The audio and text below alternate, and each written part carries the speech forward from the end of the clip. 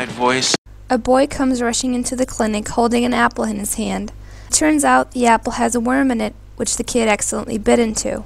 Please. Please. Oh, okay. Izzy's of course desperate to save the worm's life and starts operating on it. When she fails and the worm dies, she kicks out all the patients.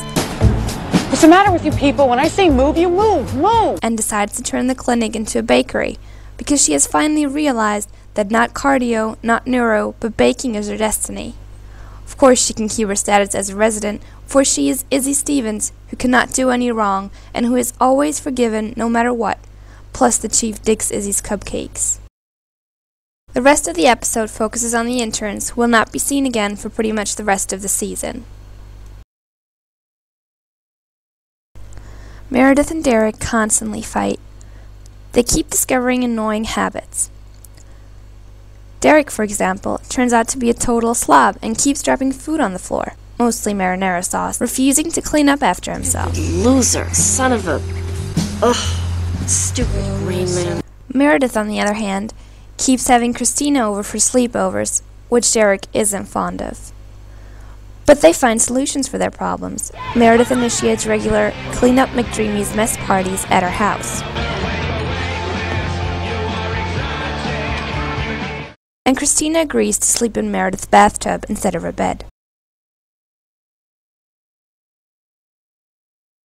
Lexi steals a computer, a desk, and several chairs from the hospital to make the apartment look nicer for George. Alex keeps visiting Izzy in her Denny DeCat Memorial Bakery. This white one tastes pretty good. And they end up making out between a bunch of freshly baked cakes. That's not sanitary. After 3 episodes, the writers find Meredith and Derek as a couple absolutely boring and decide to have Rose confess that she's pregnant. Shonda states in the podcast, "I know I said they would be together for good, and I really, totally, desperately want them to be. But unfortunately, I have no control over the characters' actions whatsoever. I was as shocked and angry as anybody when Rose turned pregnant." Nothing interesting is going on, so the doctors come up with yet another contest. Rockstar contest. Best contest ever. Who had the worst childhood? I'll win. I always win. Everyone gives it a try. In high school, I was 110 pounds. I was the girl in the cheap clothes from the trailer park who got pregnant. That high school girl with the mushroom haircut and the Coke bottle glasses. Had acne. I had to start cleaning up my dad when I was 7. That's when I turned into the grown-up of the family. And the band uniform. And got thrown in the pregnant girls class. The girl who didn't get to go to homecoming dance. My dad died when I was 9. None of the mothers would let their kids hang out with me. My father, my brothers, call me Georgie. They've never treated me like I'm one of them. Wore a band uniform. I could still win. I could. Even Lexi gives it a shot. I was prom queen and class valedictorian. Yeah. You bitch! Good for you. Who won? Congratulations. Who won? My mother tried to kill herself when I was a kid. My mother took a scalpel and sliced her wrist in front of me. Dr. Gray. Saint Izzy comforts Christina. Hey, Christina, in the contest to see who can be the best robot, you win. Thank you. Overwhelmed by all the sad stories, everyone gets drunk. It's drinking time. George, beer is dripping from your nostrils. Derek tells Meredith that he has responsibilities and is going back to Rose. I have to go. What? I need to speak to Rose.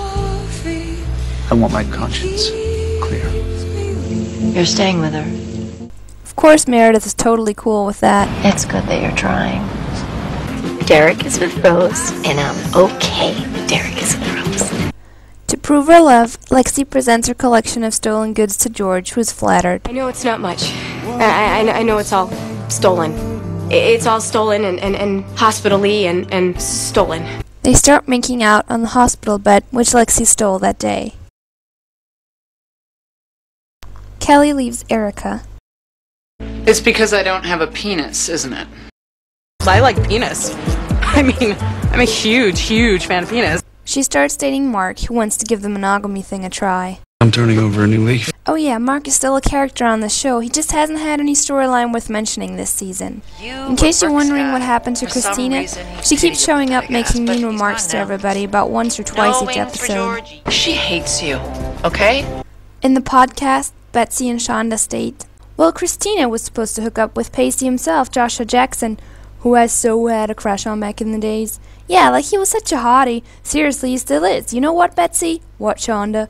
I still have a Joshua Jackson shrine in my living room, right next to my Jeffrey Dean Morgan altar, which is just below my life-size Kyle Chandler poster. Shut up, you do too?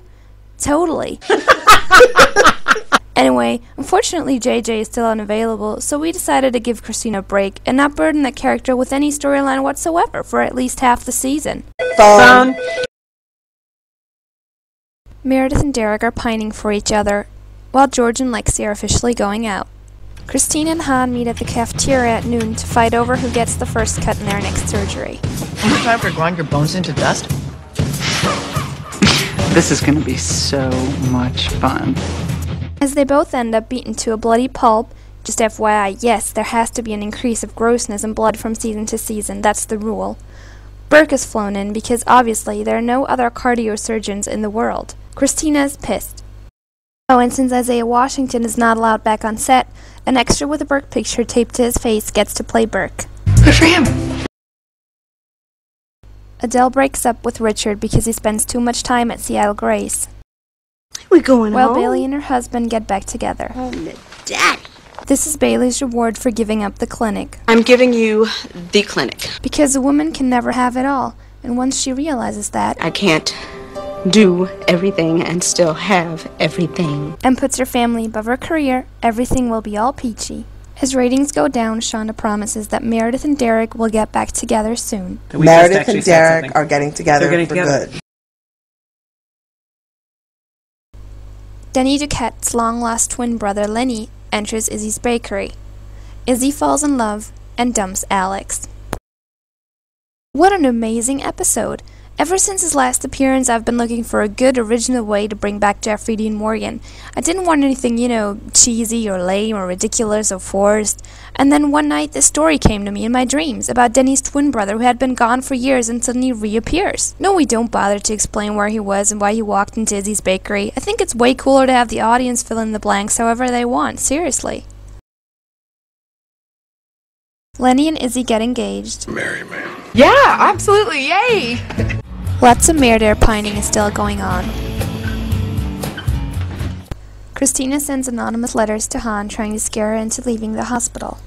Thatcher comes in to yell at Lexi and Meredith for a few minutes, and then disappears to the secret place where all the interns spend most of their time and where Joe and his boyfriend disappeared to after season 3.